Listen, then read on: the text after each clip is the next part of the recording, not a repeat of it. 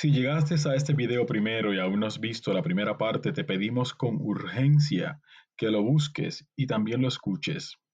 En la primera parte de este video habíamos resaltado la figura de San Enrique de Osó y cómo se le debe tanto a este glorioso santo el que a Santa Teresa se le reconociera en la Iglesia como doctora, por todo lo que hizo a favor de Santa Teresa de Jesús y por la Iglesia. Damos gracias a Dios por enviarnos un gran santo y maestro como lo es el Padre Osó. Pero antes del Padre San Enrique de Osó, existió otro ser humano que no nos podemos permitir pasar por alto, porque sería un gran pecado de omisión no resaltar la figura de este santo varón, que es nada más y nada menos que Fray Jerónimo Gracián de la Madre de Dios. Ya en vida de Santa Teresa de Jesús, uno de los grandes aportes del padre Gracián era reconducir a muchos de los primeros frailes descalzos que no amaban a Santa Teresa. Recordemos que muchos de los primeros frailes descalzos le dieron tantos dolores de cabeza y sufrimientos a la santa que ella hasta expresa en un momento como si se hubiese arrepentido de haberlos fundado. Y no fue hasta que Dios y la Virgen respondieron a las oraciones de la Santa, enviándoles al Padre Gracián, que muchas cosas comienzan a reconducirse y a arreglarse. Como había frailes descalzos que no reconocían a Teresa como fundadora, e incluso algunos sí la reconocían como fundadora, pero no la respetaban ni imitaban su carisma, fueron San Juan de la Cruz, el Padre Gracián, junto con otras grandes hijas de la Santa como Ana de Jesús, Ana de San Bartolomé, María de San José, Isabel de Santo Domingo, Margarita de la Cruz, por mencionar algunos, quienes van a luchar porque se ame y se respete la figura, obra y carisma de la Madre Teresa, sobre todo después de esta fallecer. San Juan de la Cruz es para Teresa el formador perfecto y desde su posición de formador luchará por enseñar ese carisma y forma de proceder que quería la santa que tuvieran sus hijos. Y el padre Gracián era para Teresa el prelado perfecto. Y desde su puesto de superior, el primer provincial de la orden, este va a luchar para que se ame siempre y se respete y fomente el carisma de Teresa de Jesús entre la orden de los frailes. Va a ser la misión de Gracián el que se haga de Teresa de Jesús siempre un referente, como madre y fundadora de todos los descalzos. Le debemos muchas cosas a Gracián. En gran parte, la Orden de los Descalzos está viva y no llegó a desaparecer gracias a las luchas del padre Gracián. A Gracián le debemos la publicación del libro de las fundaciones de la Santa. Gracias a él, Teresa escribió las moradas del castillo interior. Él se lo pide. Le debemos la única pintura que mal que bien existe de la Santa. Fue Gracián quien le pidió a Teresa que posara para que Fray Juan de la Miseria la retratase. Gracias a Gracián podemos leer muchas cartas que Teresa le escribió, aunque Teresa siempre les pedía a sus destinatarios que quemaran sus cartas. Gracián nunca le obedeció en ese sentido y las conservó, y gracias a esa sabia desobediencia se conservan muchas de las cartas de la santa. Muerta Teresa, hay un inquisidor dominico que le escribe al rey Felipe II hablándole sobre lo dañina que es Teresa de Jesús y su doctrina, y que para evitar que continuara haciendo más daños en el futuro, él recomendaba que se sacaran los huesos de Teresa y se juntaran con todos sus libros y se quemaran juntos como escarmiento. Por eso, el padre Gracián, revisando unos escritos de la Madre Teresa, las moradas, él va a tachar algunas partes, no porque la Madre Teresa hubiera escrito disparates, sino que aquellas cosas que él pensaba que se podían mal interpretar o causarle problemas con los inquisidores, Gracián, para protegerla, va a tachar algunas cosas de los escritos de la santa, pero guardando una copia exacta, sin censuras, del libro de las moradas, de tal manera que si el libro de las moradas desaparecía, quedara esa copia exacta para que todo lo que había escrito Santa Teresa no se perdiera. ¿Qué es un dilucidario? Es un tipo de escrito o colección de escritos que tiene como objetivo aclarar, explicar o dilucidar dudas sobre algún tema específico, generalmente de carácter académico, legal o teológico. Pues otro gran aporte que le debemos al padre Gracián es su aporte a la parte romana durante el proceso de la canonización de la Santa Madre.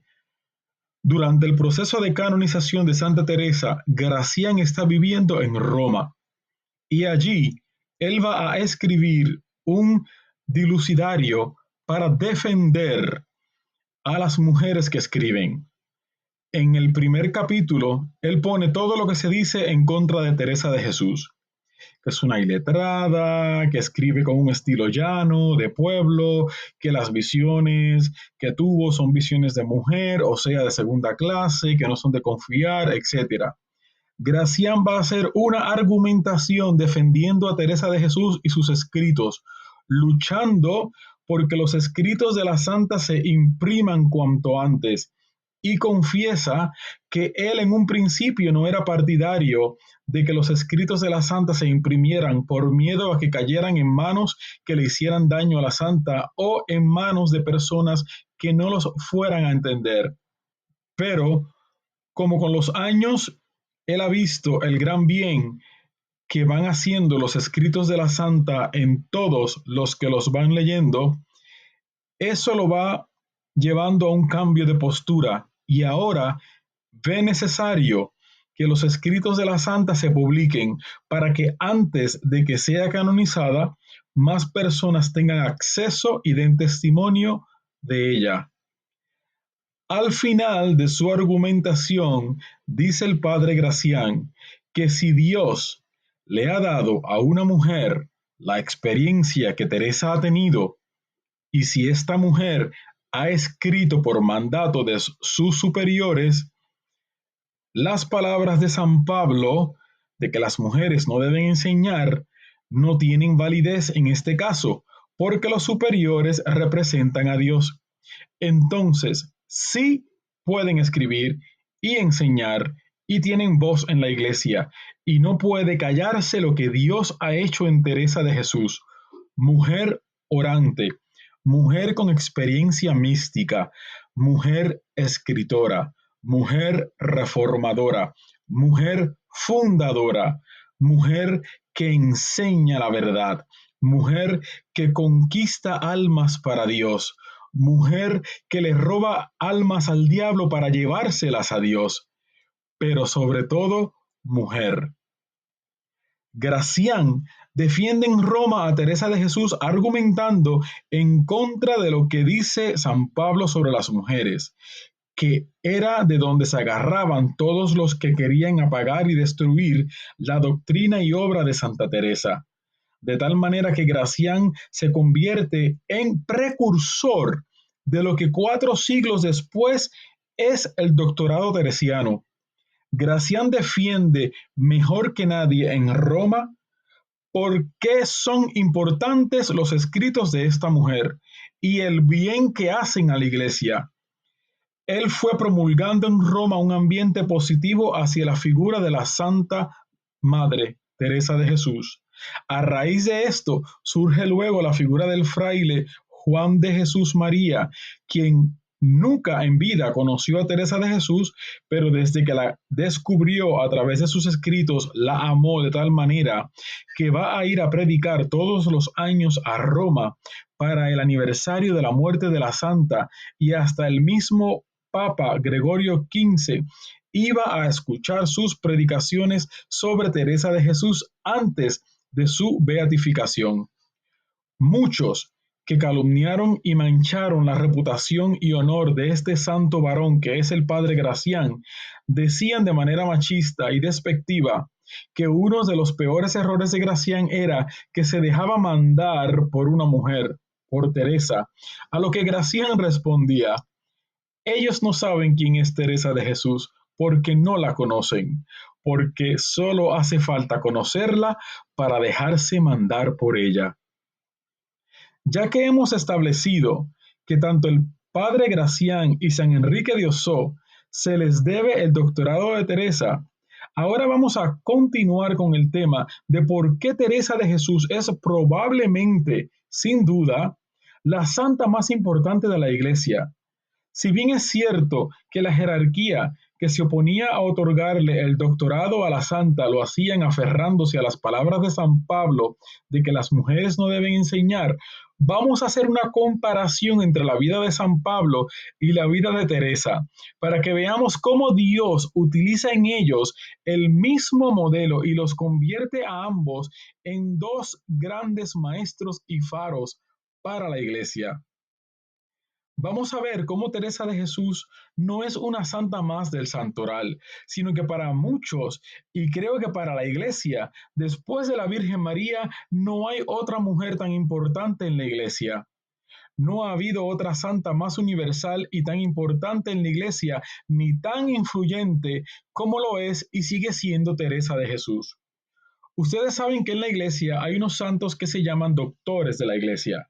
La Iglesia eleva a un nivel de importancia a ciertos santos que cumplen con los requisitos para ser considerados y, por ende, declarados doctores. Es una declaración y un reconocimiento tan y tan importante que el número es muy reducido. De más de 10.000 santos canonizados que hay en la Iglesia, el número de doctores no llega ni a 40. Hoy en día solo hay 38 doctores y de esos 38 tan solo 4 son mujeres. Pero Santa Teresa no solo es la primera mujer declarada doctora de la Iglesia, sino que es la única persona de los 38 doctores de la Iglesia que es doblemente doctor. Santa Teresa no solo es la primera doctora de la Iglesia, sino que mucho antes de que la Iglesia la declarara doctora, ya ella tenía el título de doctora de varias universidades seculares de dentro y fuera de España. O sea, todos los doctores de la Iglesia solo tienen el título de doctores que otorga la Iglesia. Y como la Iglesia no es una institución académica, el título de doctor solo tiene un cargo solemne. Ninguno de los doctores de la Iglesia ha llegado a ser doctor por una universidad o institución académica, a excepción de Teresa de Jesús, que en todo ha roto los moldes y los esquemas. En la Iglesia ni había ni se contemplaba la posibilidad de que una mujer llegara a recibir tal reconocimiento, hasta que llegó Teresa de Jesús y tuvieron que romper con una tradición machista que se mantuvo por siglos. Actualmente los carmelitas descalzos han sometido el caso de Santa Teresa Benedicta de la Cruz, Edith Stein, para que el Papa, bajo el papado, el papado del Papa Francisco, aprobase el doctorado. Ahora le tocaría al Papa León decidir si sí o si no. En el caso de que el Papa León apruebe el doctorado para Edith Stein, para Santa Teresa Benedicta de la Cruz, Santa Teresa Benedicta de la Cruz sería la segunda doctora, sería la quinta doctora de la Iglesia, pero la segunda en también ser doctora doblemente, porque ya Edith Stein tenía un doctorado universitario por una universidad, antes de que la Iglesia, en este caso, la llegase a declarar doctora también. Pero mientras tanto, solamente existe una, y es Teresa de Jesús. Y aún en el caso de que se incluya a Edith Stein como la segunda doctora de la Iglesia en tener, en tener otro doctorado, en tener doblemente doctorado, Teresa siempre va a ser la primera. En la primera parte de este video hablamos de cómo desde hace siglos se comenzó a proponer a Teresa de Jesús como doctora y cómo se luchó hasta conseguir que aquellas palabras latinas que lo impedían, oxta sexus, fueran ya parte del pasado. Amparados en esas dos palabras latinas, Teresa no podía ser doctora de la iglesia porque era mujer. Así de sencillo. ¿Y por qué no podía ser una mujer doctora de la iglesia?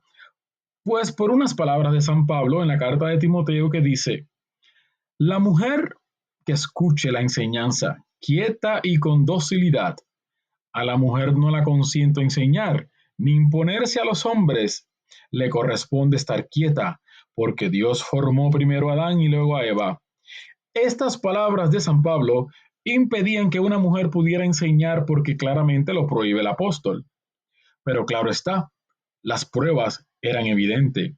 No se podía decir que Teresa de Jesús no enseñara a la iglesia porque llevaba siglos haciéndolo. Desde que se publican las obras de Teresa de Jesús, resulta que todos los grandes santos, especialmente los espirituales, todos han bebido de su santa y celestial doctrina. Y hay tres en específico que se destacaron fundamentalmente y que son doctores de la iglesia, que resultan ser discípulos de Teresa de Jesús, que son San Juan de la Cruz, San Francisco de Sales y San Alfonso María de Ligorio. En el caso de Sales y de Ligorio, ambos escribieron obras expresamente basadas en los escritos y en la doctrina de Teresa de Jesús. Así es que, rompiendo con toda la tradición, el 27 de septiembre de 1970, San Pablo VI la proclama primera doctora de la Iglesia, explicando que más que otorgarle el título, se lo reconocía, porque ya Teresa sin duda era doctora. Los italianos querían incluir bajo el mismo nombramiento también a Santa Catalina de Siena, otra santa muy importante, pero más por lo que influyó en eliminar el destierro de Aviñón que por su doctrina. ¿Qué fue el destierro de Aviñón? Fue un periodo de 70 años, entre 1309 a 1377, cuando los papas residieron en Aviñón, Francia, en lugar de Roma, comenzando con el Papa Clemente V, quien trasladó la sede papal a Aviñón por presiones políticas y conflictos en Roma. Un total de 7 papas vivieron allí y terminó cuando el Papa Gregorio XI regresó a Roma en el 1377, poniendo fin al destierro del papado, gracias en parte a la ayuda de Santa Catalina de Siena. De modo que el doctorado de Catalina se le otorga más por la influencia que tuvo en que se le pusiera fin al destierro de los papas y, y que la sede regresase a Roma que por su doctrina. Realmente su doctrina está reducida a una obra que se llama Los Diálogos y no es tan importante como doctrina. Incluso al Papa le quisieron presionar que hiciera el nombramiento de las dos el mismo día y San Pablo VI dijo rotundamente que no, que primero declararía a Teresa de Jesús porque era la que realmente merecía el título con todas las consecuencias. Ya más adelante se proclamaron doctoras a Santa Catalina de Siena, Santa Teresita del Niño Jesús y Santa Hildegarda. Ya hay 4 doctoras de la iglesia, pero la que logró romper con la tradición fue Teresa de Jesús. Para que podamos entender la grandeza de Santa Teresa, vamos a hablar primero de San Pablo.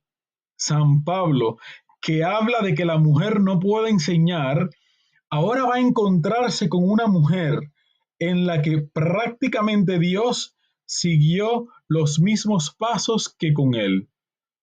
Vamos a dividir la vida de San Pablo por etapas. La primera etapa la vamos a llamar la etapa antes de Damasco. Pablo era un hombre bueno, judío, fariseo, muy conocedor de la ley de Moisés, era un hombre culto que amaba a Dios y cumplía con todas las normas de la ley. Por su celo y fidelidad a la ley de Moisés perseguía a los cristianos porque consideraba a los seguidores de Jesús una amenaza para la fe judía. Era un hombre apasionado y radical. Todo lo hacía con intensidad, primero la persecución y luego la misión evangelizadora. ¿Cuándo cambia Pablo? Cuando tiene el encuentro con Cristo camino de Damasco y se convierte. Aquí entra la segunda etapa de Pablo, la etapa de la conversión. Su carácter enérgico fue transformado por Cristo, no apagado. Desde ese momento en que tiene su encuentro con Cristo, Pablo va a cambiar, no va a ser el mismo. Luego de su conversión viene la tercera etapa. ¿Qué hace San Pablo cuando tiene ese tremendo encuentro con Cristo? Es importante que nos demos cuenta de lo que sucedió, porque normalmente tenemos la idea de que cuando Pablo se convirtió, inmediatamente comenzó a predicar, y no fue así. Pablo, una vez que ha tenido su encuentro con el resucitado, se retira al desierto y es en el desierto donde tiene una tremenda experiencia de Cristo. Es allí en el desierto donde él recibe directamente de Cristo el Evangelio. De forma y manera que Pablo, que no ha conocido personalmente a Cristo, como Teresa de Jesús, va a romper los esquemas, porque en ese momento apóstol tenía que ser aquel que haya conocido a Jesús en vida y pueda dar testimonio de que murió y resucitó.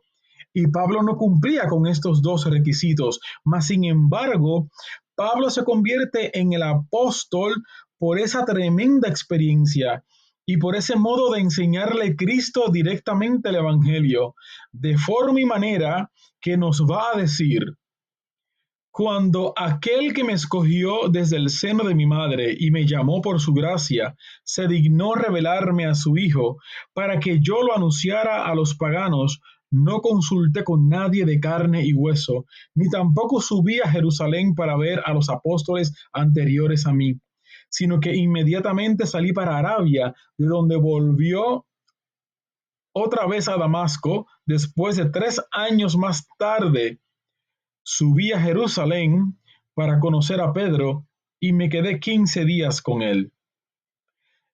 Él recibe directamente el mensaje, el Evangelio de Cristo, y ¿dónde lo recibe? En la soledad, en el desierto.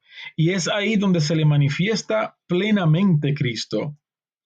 ¿Qué le pasa a Pablo luego de esto? Entramos en la cuarta etapa. Cuando se encuentra con Cristo, ¿qué es lo que él desea? Pablo desea morir. Morir para encontrarse con Cristo nuevamente. ¿Por qué? Porque después de haber experimentado y conocido directamente lo que es la gloria, lo que es el cielo, lo que es la felicidad plena, quiere regresar a ese estado. Él dice que estuvo en el tercer cielo, que no sabe cómo poder describir aquello, ha tenido una experiencia tal que lo que quiere San Pablo ahora es morir.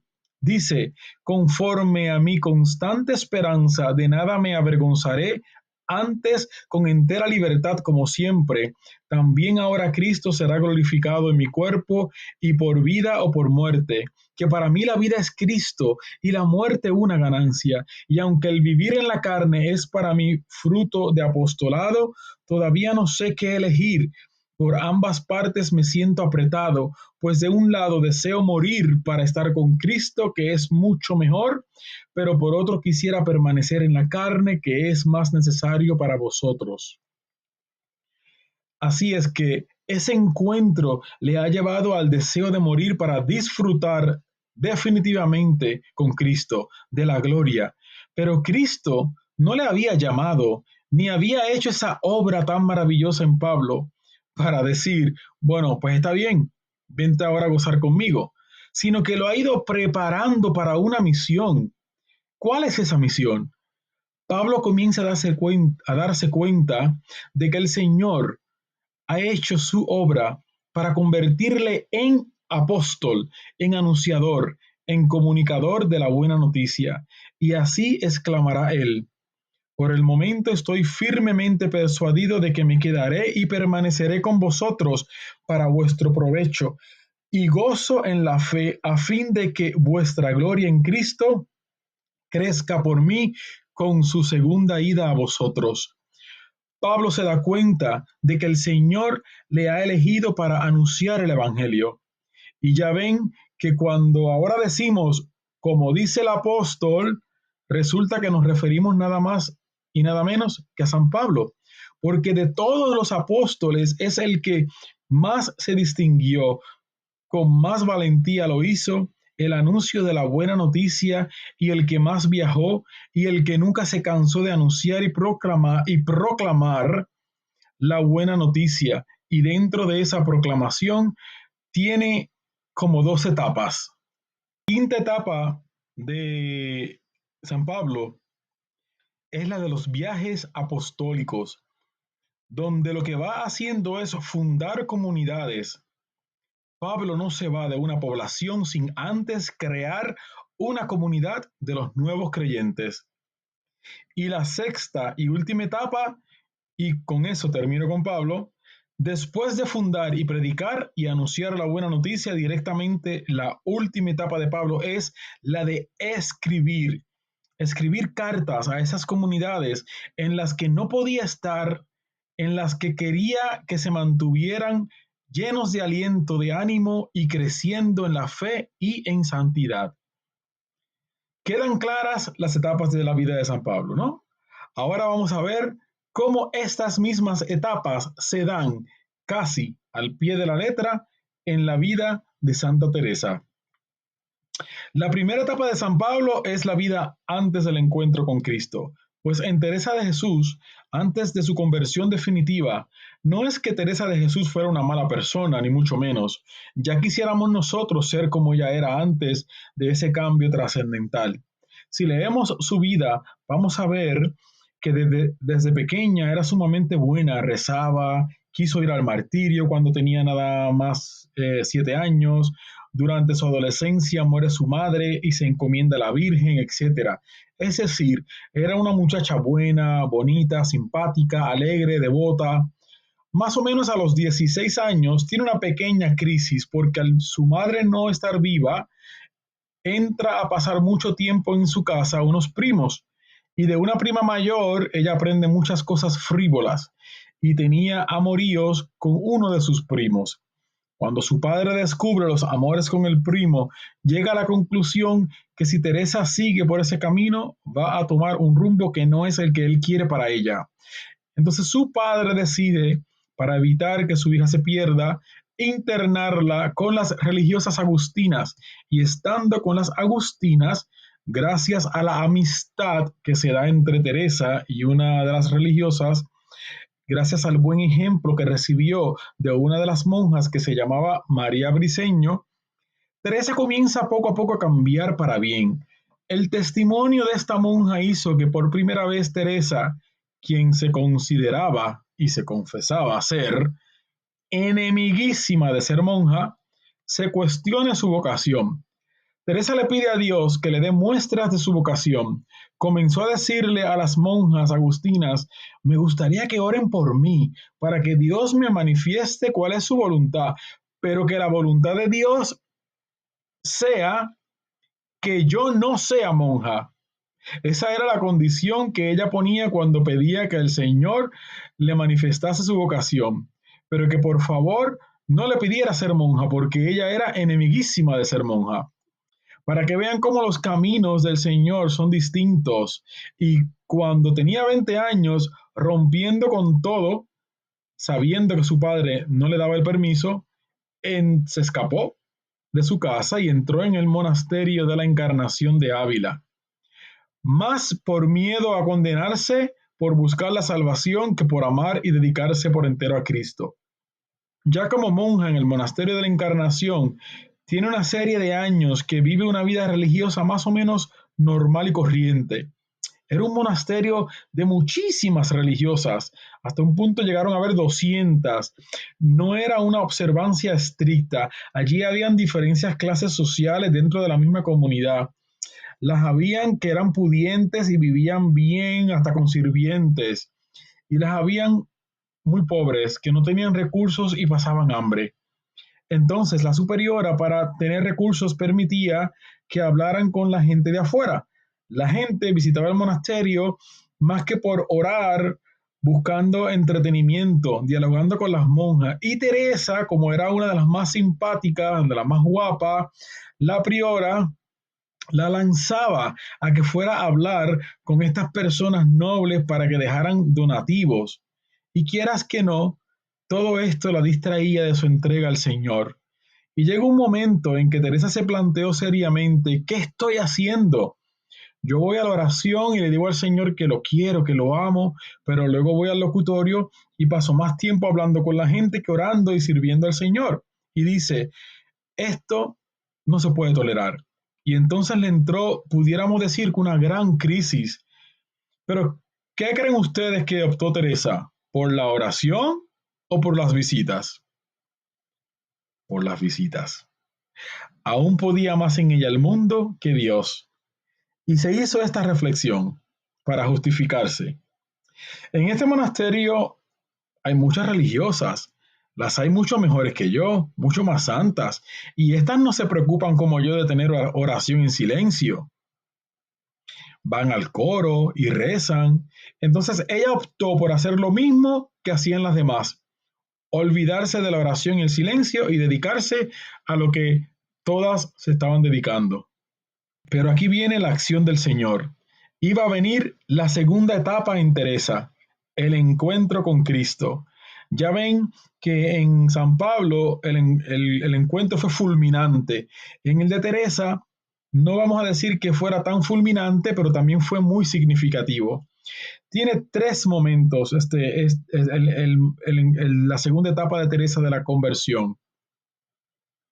Tiene tres momentos, pero todos sucesivos e inmediatos. El primero es la primera visión de Cristo. Lo dice en Vida 7. Cuando estaba con una persona que al principio parecía buena, el Señor quiso hacerme entender que esas amistades no me convenían y darme una advertencia. A tan temprana edad me mostró Cristo con gran intensidad, haciéndome comprender cuánto le molestaba aquello. Lo vi con los ojos del alma, más claramente que si los hubiera visto con los ojos del cuerpo, y esa visión me marcó tanto que hace ya 26 años de esto y aún lo tengo presente. Quedé muy asustada y perturbada y no quise volver a ver a esa persona. O sea, Teresa dice que se pasaba en el locutorio hablando con esta persona tanto que a Jesús no le gustaba para nada lo que estaba haciendo y se le apareció para reprenderla y dejarle saber lo disgustado que estaba con su actitud. Teresa dice que esto le perturbó tanto que en el momento que lo está escribiendo ya habían pasado 26 años y aún lo sigue teniendo presente y que quedó tan perturbada que no quiso volver a ver, que no quiso volver a ver a esa persona. Fíjense que es un encuentro fulminante y comienza a consultarlo con los confesores. Habla de lo que le ha pasado y los confesores la comienzan a preguntar, ¿y cómo era Cristo? ¿Y cómo lo viste? ¿Pero lo viste corporal? Y ella, no, yo con los ojos no vi nada, pero lo he visto con el espíritu. Anda, que va, estos son imaginaciones tuyas, esas son tonterías.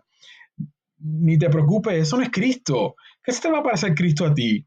Que tienes tantas imperfecciones. ¿Qué te va a decir Cristo a ti? Entonces, así le decían los confesores a ella. Y entonces ella, bueno, más o menos dice, bueno, pues será una imaginación mía. Si los confesores dicen que no lo vi, pues a lo mejor es verdad, no lo vi.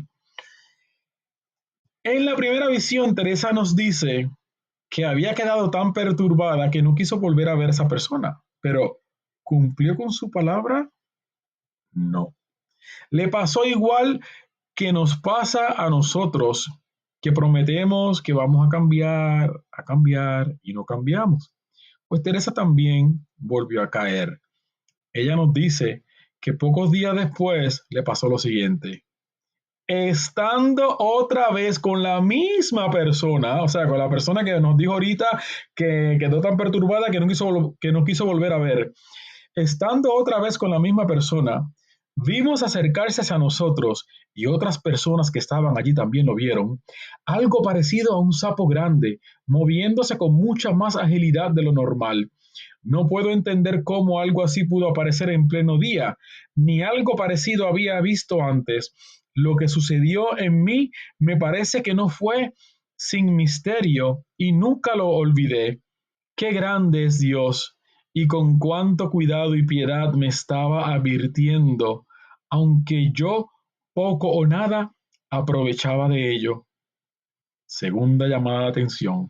O sea, ya vuelve a caer en lo mismo, vuelve a juntarse con la misma persona, vuelve a olvidarse de la oración y de Dios y está en la distracción, en el relajo, y Dios le manda esta especie como de sapo para alertarla, para que se acuerde de que está con la misma persona con la que ya Jesús la había regañado y le había dicho que eso no le gustaba y que no le convenía.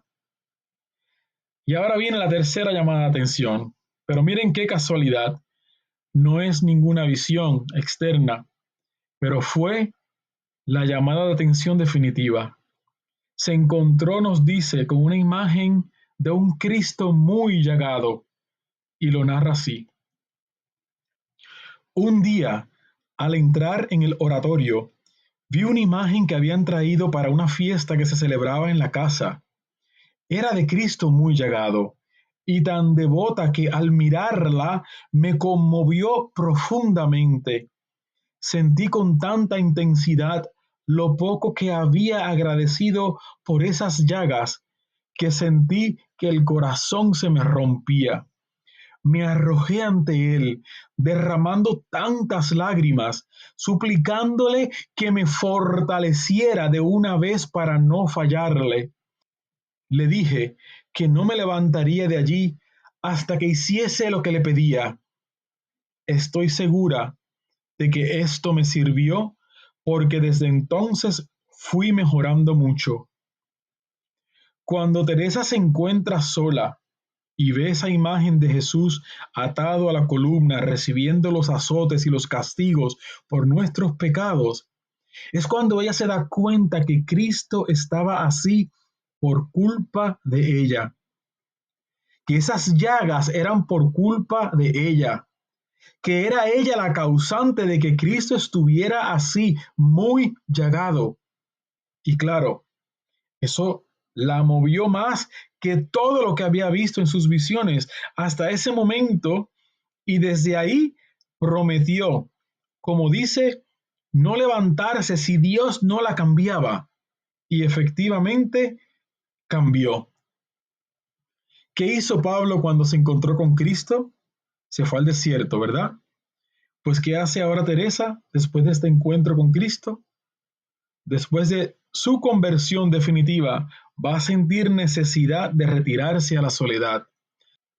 Ella, el Señor le está pidiendo silencio, oración, entrega, y ella rompe radicalmente con todo tipo de distracciones externas y dentro de la encarnación comenzó a vivir en soledad y en oración. Es lo que hizo Pablo después de su encuentro con Cristo. ¿Y qué es lo que hace ella? ¿Dónde se le manifestó verdaderamente Cristo a Pablo? ¿Dónde le enseñó el Evangelio? En el desierto, en la soledad. Pues ¿qué va a hacer con Teresa de Jesús? Que es ahí en esa soledad donde se va a encontrar de verdad con Jesús. En esa soledad comienza principalmente por la oración en silencio. Comenzó por la oración, apoyándose en libros, basándose en las lecturas de la vida de Cristo, en la lectura de la vida de los santos, algunos libros devotos. Estas lecturas la estaban sirviendo y la estaban acercando a Dios. Pero miren lo que le pasó. Cuando más animada estaba, cuando más ilusionada estaba con esas meditaciones, esas reflexiones que la iban ayudando tanto los libros, viene del inquisidor mayor Fernando Valdés la prohibición de los libros escritos en romance, es decir, en español, y dejó solamente los libros en latín. Era tanto como decirle a Teresa, se te han acabado los libros. Y si te servían esas lecturas, se acabó la ayuda, porque ella no leía latín. La santa nos dice, cuando me quitaron los libros en romance para que no los leyera, me sentí muy triste, porque algunos me entretenían y me ayudaban en la devoción, y ahora no podía leerlos porque estaban solo en latín. Entonces el Señor me dijo, no te preocupes, yo te daré libro vivo. No tengas pena, de ahora en adelante yo seré tu libro vivo. Al principio no entendía lo que eso significaba, porque todavía no tenía visiones, pero pocos días después lo comprendí muy bien, porque el Señor me hizo reflexionar y recogerme y me mostró tanto amor de tantas maneras que apenas he necesitado libros desde entonces. ¿Quién se ha convertido en el instructor de Teresa? Cristo directamente. Yo te daré libro vivo. Cristo se ha convertido para ella en el libro vivo. La transformación de Teresa es radical a partir de ese momento. Comienzan visiones, comienzan gracias muy especiales que realmente la transforman. Es otra Teresa. ¿Qué le pasó a San Pablo cuando se encontró con Cristo? Le entró un deseo de morir cuanto antes para encontrarse con Cristo nuevamente y para siempre. ¿Qué le va a pasar ahora a Teresa? Pues lo mismo que a Pablo, el deseo de morir y morir cuanto antes para encontrarse con Cristo. El vivo yo, mas no yo, pues es Cristo quien vive en mí, de San Pablo, tiene una traducción muy perfecta y muy al pie de la letra en esa poesía de Teresa de Jesús. Vivo sin vivir en mí, y tan alta vida espero, que muero porque no muero. Escribe ella en el libro de Camino de Perfección. Quiero decir algo para explicarme mejor.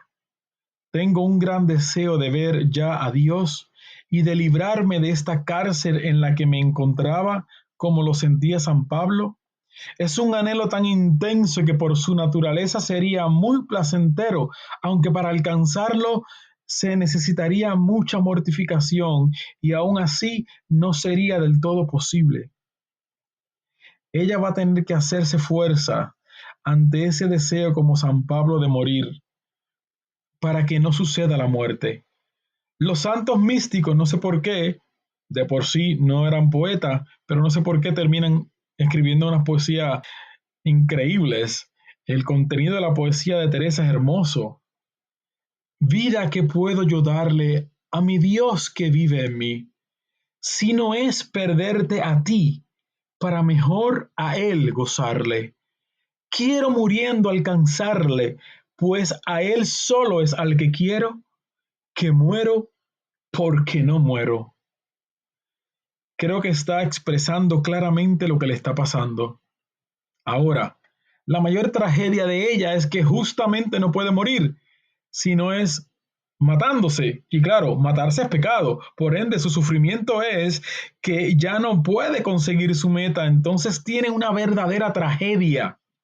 Vamos a ver una descripción que nos hace la propia santa en una de las cuentas de conciencia. Esta pena me viene sin que yo la busque, y es tan intensa que el alma no querría salir de ella mientras viva. Siento un deseo tan grande de no vivir que parece que estoy viva sin poder remediarlo, porque el único remedio para ver a Dios sería la muerte, y no puedo alcanzarla. Con esto, siento que mi alma está sola en su sufrimiento, mientras todos los demás parecen consolados y encuentran alivio para sus problemas. La presión sobre mi alma es tan fuerte que si el Señor no me lo aliviara con algún arrobamiento, un éxtasis espiritual donde todo se calma, sería imposible soportarlo. En esos momentos de arrobamiento, el alma queda en gran quietud y satisfacción, a veces viendo un poco de lo que desea, otras entendiendo algo más profundo y a veces, sin nada de esto, sigue pareciendo imposible escapar de esta pena. Teresa está plenamente convencida de que en cualquier momento puede morir, porque el ímpetu del espíritu va a ser tan fuerte que la acabe con la vida mortal para encontrarse con Dios. En el libro de la vida tiene otras palabras. Me veía morir con un gran deseo de ver a Dios y no sabía cómo alcanzar esa vida si no era a través de la muerte. Sentía unos impulsos tan intensos de amor por Él que no sabía qué hacer, porque nada me satisfacía ni llenaba mi alma. Verdaderamente sentía como si mi espíritu fuera arrancado. Oh soberano artificio del Señor, qué delicada obra hacías con tu esclava miserable. Te escondías de mí y al mismo tiempo me presionabas con tu amor de una manera tan dulce que el alma nunca querría apartarse de esa experiencia.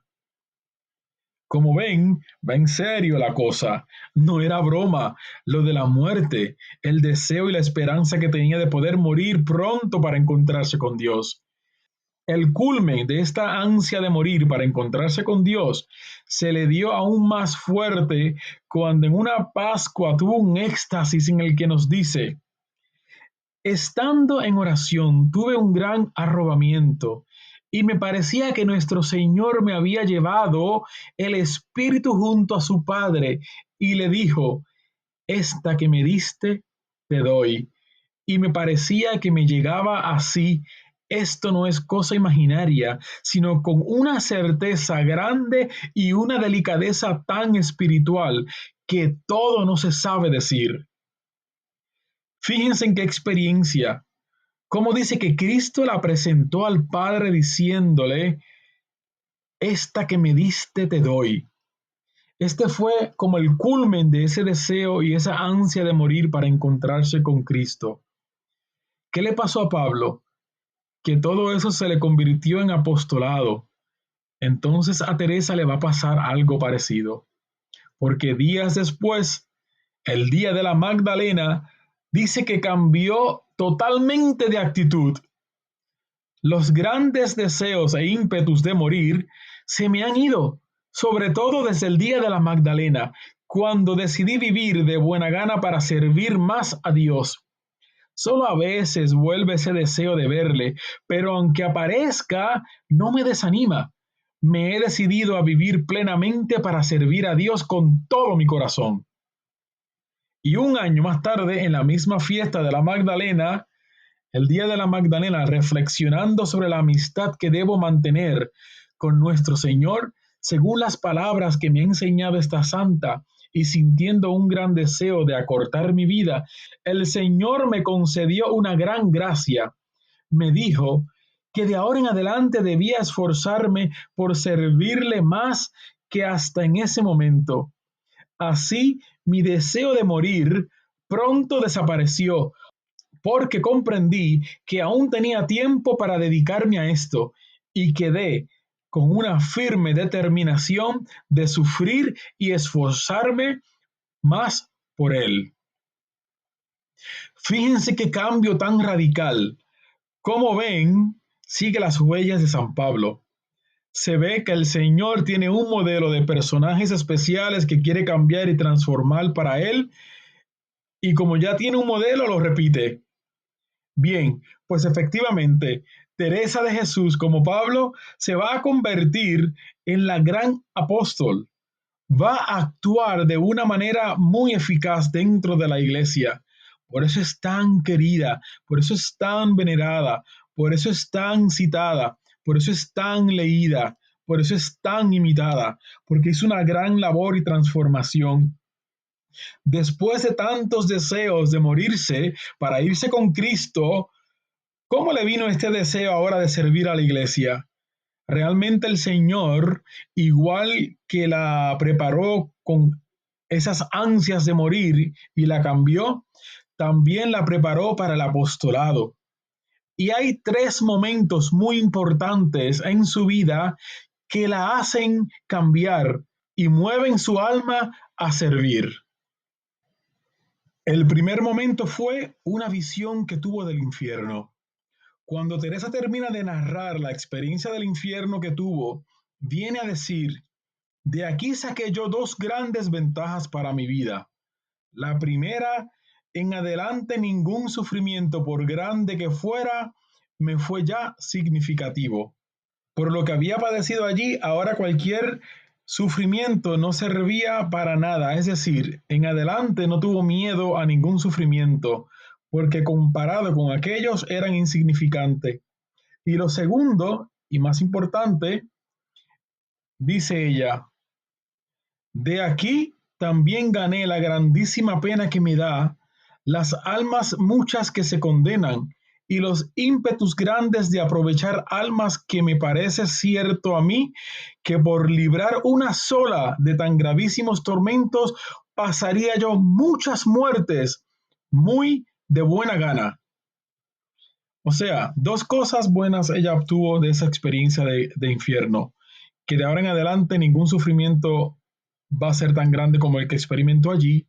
Ahora tiene deseos de salvar almas, que por salvar una sola alma de los gravísimos tormentos que se pasan allí, ella moriría muchas veces y de muy buena gana. Si esto pasa, ¿cómo lo voy a tratar por todos los medios para que nadie se condene ni nadie vaya al infierno? El segundo momento fue cuando ella estaba prácticamente iniciando la reforma del Carmelo. En ese momento le llegan noticias de lo que está pasando en Europa, especialmente en Francia. Ella habla de los luteranos, aunque fueron realmente los hugonotes, pero para ella es lo mismo, que lo que estaban haciendo era destruyendo cantidad de iglesias, quitando el Santísimo, ultrajando imágenes, muchos sacerdotes abandonando el sacerdocio. Aquello fue tremendo. Entonces dice, en este tiempo vinieron a mí noticias de los daños de Francia y el estrago que habían hecho estos luteranos y cuánto iba en crecimiento esta desventurada secta. Me dio gran fatiga y como si pudiera algo o fuera algo, lloraba con el Señor y le suplicaba remediase tanto mal. Me parecía que en 1000 vidas pusiera yo para remedio en una de las muchas que allí se perdían. Y como me vi mujer y ruin e imposibilitada de aprovechar en lo que yo quisiera en el servicio del Señor, y toda mi ansia era y aún es que, pues tiene tantos enemigos al Señor y tan pocos amigos, que estos pocos que tuviese, que fuesen buenos. Me determiné a hacer eso poquito que era en mí, que es seguir los consejos evangélicos con toda la perfección que yo pudiese y procurar que otros hicieran lo mismo. Ella, si hubiese sido varón, que es a lo que alude, hubiera salido a anunciar y a predicar a estos luteranos con una valentía seguro la de un apóstol. No hubiera tenido miedo absolutamente a nada. Pero realista, en lugar de quedarse diciendo, ay, qué cosas suceden, pero yo soy mujer, no puedo hacer nada, ojalá fuera yo un hombre para poder ir a predicar, pues que no. Ella se pregunta a sí misma, ¿qué puedo yo hacer? Y se da cuenta que su arma para luchar es la oración. Y este es uno de los grandes éxitos de Teresa de Jesús, que convierte la oración en instrumento de apostolado, en instrumento de salvación. Y lo asimiló tan bien una de sus hijas espirituales que siglos después su hija francesa, Teresita del Niño Jesús, mediante la oración, va a ser nombrada patrona de las misiones, porque ha convertido la oración, el sacrificio, la entrega, el servicio a Cristo en servicio de salvación para las almas. Esto sin duda, Teresita del Niño Jesús lo aprendió de su madre Teresa. Y el tercer momento fue la visita que recibió allá en el monasterio de San José de un franciscano, Fray Francisco Maldonado. Acababa de venir de América, lo que llamaban las Indias, y le dio una plática haciéndoles ver la realidad que allí se vive. El padre Maldonado viene, le dice que aquello es inmenso, que hay 1 millón de almas que se pierden por falta de no conocer el Evangelio, etcétera, etcétera, y se va. Entonces, dice Teresa, me comenzó a contar de los millones y muchos millones de almas que allí se perdían por falta de doctrina, y nos hizo un sermón y plática animándonos a la penitencia, y se fue.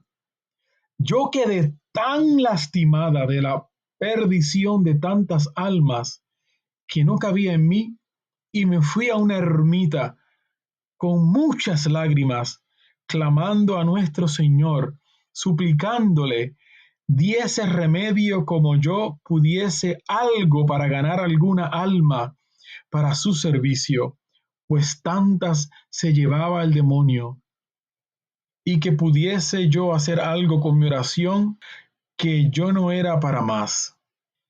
Y decide Teresa que sus monjas son como pequeños ejércitos, soldados de Cristo, que se juntan para pelear con Él y por Él, impartiéndole el carisma a su reforma, de que las carmelitas descalzas se conviertan en misioneras a través de su entrega total a Dios por el trato de amistad con Dios, lo que no pueden por otros medios, a través del sacrificio, por el apostolado.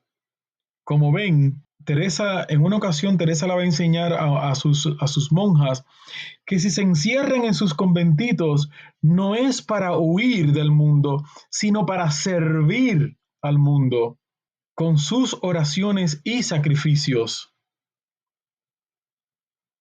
Tanto es el deseo de Teresa de servir y de salvar almas y de luchar con Cristo y por Cristo, que aquella mujer que quería morirse para gozar de Cristo y de la presencia perpetua de Cristo, ahora vive cuidándose su salud para vivir más años, para servirle más al Señor. Y nos dice, me parece que ahora pongo más cuidado y menos mortificación en comer y en practicar penitencias, no siguiendo los deseos que antes tenía. Pero todo esto, al parecer, es con el fin de poder servir mejor a Dios en otras cosas que Él me ofrece, como un gran sacrificio, cuidar del cuerpo cuando estoy cansada y ejercitar la mente en algo. Vean que incluso ha dejado de hacer más penitencia para no morirse tan pronto. La que quería morir, ahora no quiere morir porque quiere salvar almas. Y termina diciendo en esa misma cuenta de conciencia que estaría dispuesta a estar hasta el fin del mundo con tal de que un alma se salvase por medio de su oración. Y las otras 2 etapas que tenemos, San Pablo hizo los viajes apostólicos fundando comunidades de nuevos cristianos. ¿Y qué hace Teresa? Sus viajes apostólicos. Comienza a fundar, con muchas dificultades, conventos por toda España.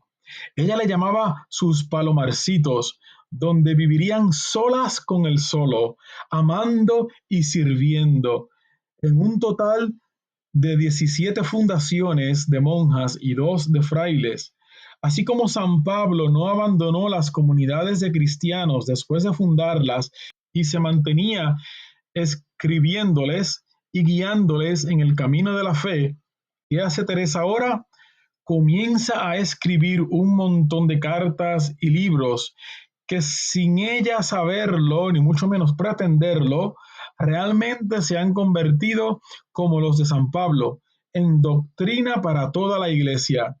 La Iglesia anuncia que la doctrina de Santa Teresa es doctrina celestial y divina, y que poco o en nada tiene que envidiarle a la doctrina de los santos padres de la Iglesia y los doctores de la Iglesia, al punto que ya la iglesia no podía más resistirse y Santa Teresa de Jesús se ha convertido en la primera doctora de la iglesia, guiando con su luz, alimentando con su doctrina y enseñando todo lo bueno que Dios hizo en ella.